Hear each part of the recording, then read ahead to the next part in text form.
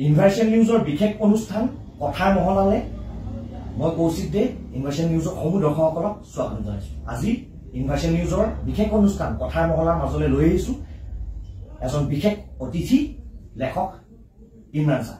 আজি লেখক পদ্মশ্ৰী ইমৰান শাহৰ লগত পোনপটীয়াকৈ ইনভাৰ্চন নিউজৰ সমূহ দৰ্শকসকলে চিনাকি হওক।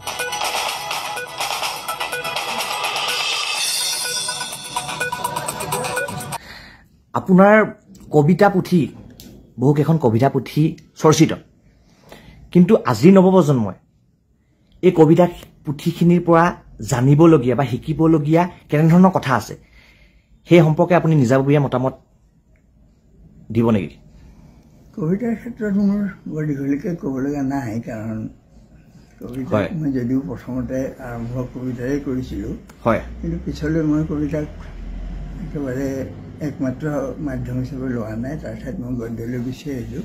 হয় ছাৰ।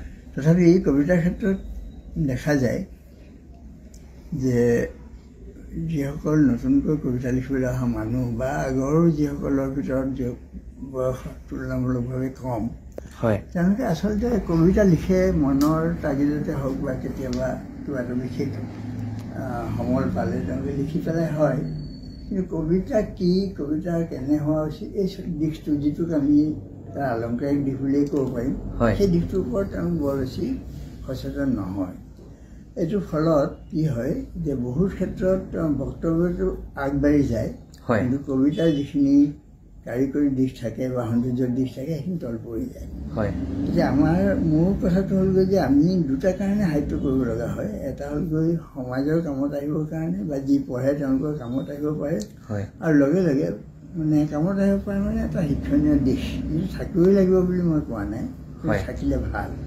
আৰু দ্বিতীয় এটা দিশ হ'লগৈ কবিতা হিচাপে কিমান শ্ৰেষ্ঠ, এটা নিতুল শিল্পকৰ্ম হয় নে নহয়। গতিকে এই দুটা দিশৰ প্ৰতি চাব লগা হয়। আৰু নতুন কবিসকলে আমাৰ দেশত সেইটো অসুবিধা, অন্যান্য পৃথিৱীৰ উন্নত দেশবিলাকত স্কুল বা কলেজতে তাৰ কাৰণে বেলেগে এটা ব্যৱস্থাই থাকে, how to make a writer, how to make a poet, এইবিলাক তেওঁলোকৰ এটা পাঠ্যক্ৰমৰ ভিতৰত হৈ যায়। আমাৰ তেনেকুৱা নাই, গতিকে নিজেই কৰিব লগা হয়। গতিকে নতুন লিখকসকলে যাতে চায় যে তিনিটা বস্তু, এটা আগৰ কবিসকলে কি লিখিছিল, বৰ্তমানৰ সময়টোৰ তাগিদা কি, আৰু তেওঁ নিজে কি বিচাৰে, এই তিনিটাৰ ভিতৰত যদি তেওঁ এটা সমন্বয় ঘটাব পাৰে তেতিয়াহ'লে ভাল কবিতা এটা সৃষ্টি হ'ব পাৰে।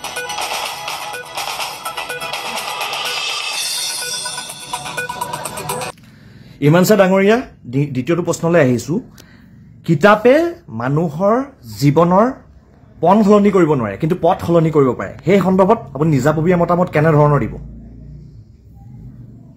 এইটো বৰ্তমান উত্তৰ দিবলৈ অসুবিধা থকা প্ৰশ্ন, কাৰণ সকলো পাঠকৰ ওপৰত কিতাপৰ প্ৰভাৱ সমান বা একেদৰে পৰিব বুলি কোৱা নাযায়।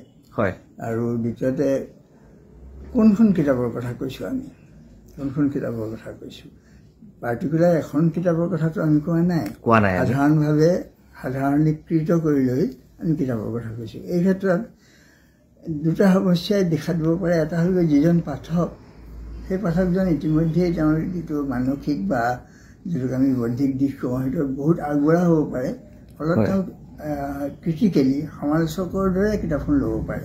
আৰু দ্বিতীয় হ'লগৈ কিতাপখন তেওঁতকৈ বহুত আগবঢ়া হ'ব পাৰে, আৰু তেতিয়াহ'লে তেওঁ সেই কিতাপখনৰ পৰা কিবা ল'ব পাৰে। কিন্তু এই ক্ষেত্ৰত এটা সাধাৰণ নিয়ম এটা এনেকুৱা হ'বই বুলি কেতিয়াও কৈ দিব নোৱাৰি। অৱশ্যে এটা কথা ঠিক, কিতাপে মানুহক সলনি কৰিব পাৰে যদি কিতাপখনৰ সলনি কৰিব পৰা ক্ষমতা থাকে। আৰু দ্বিতীয়তে মানুহ সলনি হ'বই যদি তেওঁ সলনি হ'বৰ কাৰণে এটা প্ৰৱণতা বা ইচ্ছা থাকে। গতিকে এইকেইটা যদি লগ লাগে তেতিয়াহ'লে কিতাপে আমাৰ জীৱনত এটা বেছ গভীৰ ভূমিকা গ্ৰহণ কৰিব পাৰে।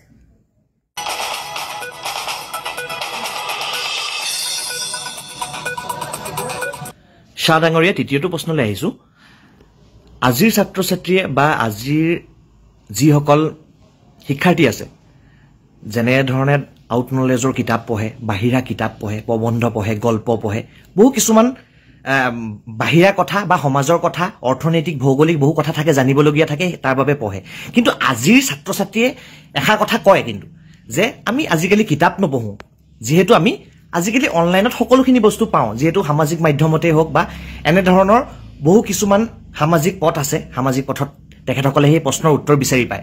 তাৰ বাবে তেখেতসকলে কিতাপ এৰিছো বুলি কৈছে। কিন্তু সেই সন্দৰ্ভত আপুনি কি ক'ব যে নৱপ্ৰজন্মক বা নৱ যিসকল লেখক আছে, শিক্ষাৰ্থী আছে, ছাত্ৰ ছাত্ৰী আছে, সেইসকলক কি ক'ব আপুনি?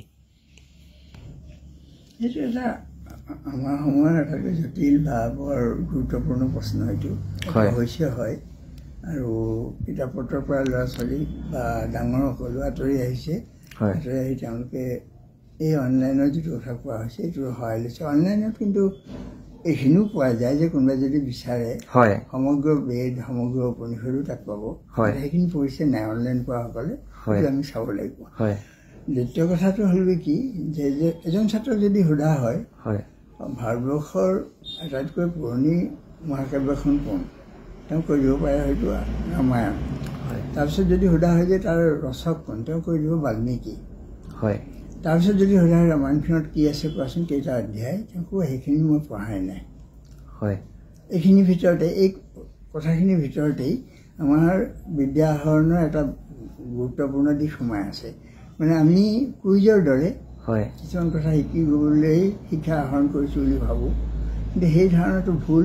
এইটো শিক্ষানীতিৰ পৰাই প্ৰচাৰ হৈছে যেন মোৰ লাগে। কাৰণ বৰ্তমান অৱস্থাত স্কুল কলেজবিলাকৰ যিটো অৱস্থা গৈছে বা পৰীক্ষাবিলাকৰ যিটো প্ৰশ্ন দেখিছোঁ সেইটো এটা বৰ দীঘলীয়া আলোচনাৰ বিষয়। কিন্তু আনকি স্নাতকোত্তৰ মহলালৈকো সেই প্ৰশ্নৰ যিটো স্বৰূপ সেইটো তেনেকুৱা অৱস্থালৈ গুচি গৈছে।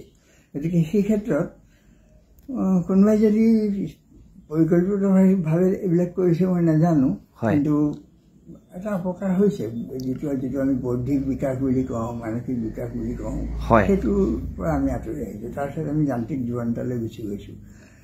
যান্ত্ৰিক জীৱনটোলৈ গুচি গ'লে আমি চলি থাকিব পাৰিম ঠিকেই, কিন্তু আমাৰ সভ্যতা বা আমাৰ কৃষ্টি সংস্কৃতি যিবিলাক আমি ডাঙৰ ডাঙৰ কথা কৈ থাকোঁ সেইবিলাকৰ কি হ'ব, কি হ'ব? সেইকাৰণে আমি সচেতন হোৱা ভাল, বিশেষকৈ শিক্ষাবিলাক সচেতন হোৱা ভাল আৰু অভিভাৱকসকল সচেতন হোৱা ভাল। যিজন অভিভাৱকে কয় যে আমাৰ ল'ৰাই মোবাইলটো লৈ ব্যস্ত হৈ থাকে, খুব সূক্ষ্মভাৱে চাব লাগে, দেখা যাব যে অভিভাৱকজন নিজেও সেইটো কামতে ব্যস্ত হৈ থাকে। মই মোৰ এজন বিদেশত থকা এখন উন্নত দেশত থকা বন্ধু এজনক সুধিছিলোঁ যে তাত এনেকুৱা হৈছে নাই। বোলে এটা সময়ত হৈছিলে, কিন্তু এতিয়া তেওঁলোকে এই মোবাইলৰ যিটো বেমাৰ সেইটো মিউজিয়ামলৈ পঠিয়াই দিলে, এতিয়া তেওঁলোকৰ সেইটো নাই। সেইকাৰণে তেওঁলোক উন্নতিৰ পথত গৈ আছে। আমাৰো আশা কৰোঁ সময়ত মানুহে উপলব্ধি কৰিব আৰু তেতিয়া এইটো মানুহৰ লগত কথা পতা যোগাযোগৰ মাধ্যম হিচাপেহে ল'ব, এইটো সময় কটোৱাৰ মাধ্যম হিচাপে নলয়। নলৈ তেওঁলোকে কিতাপৰ মাজলৈ ঘূৰি যাব। ধন্যবাদ।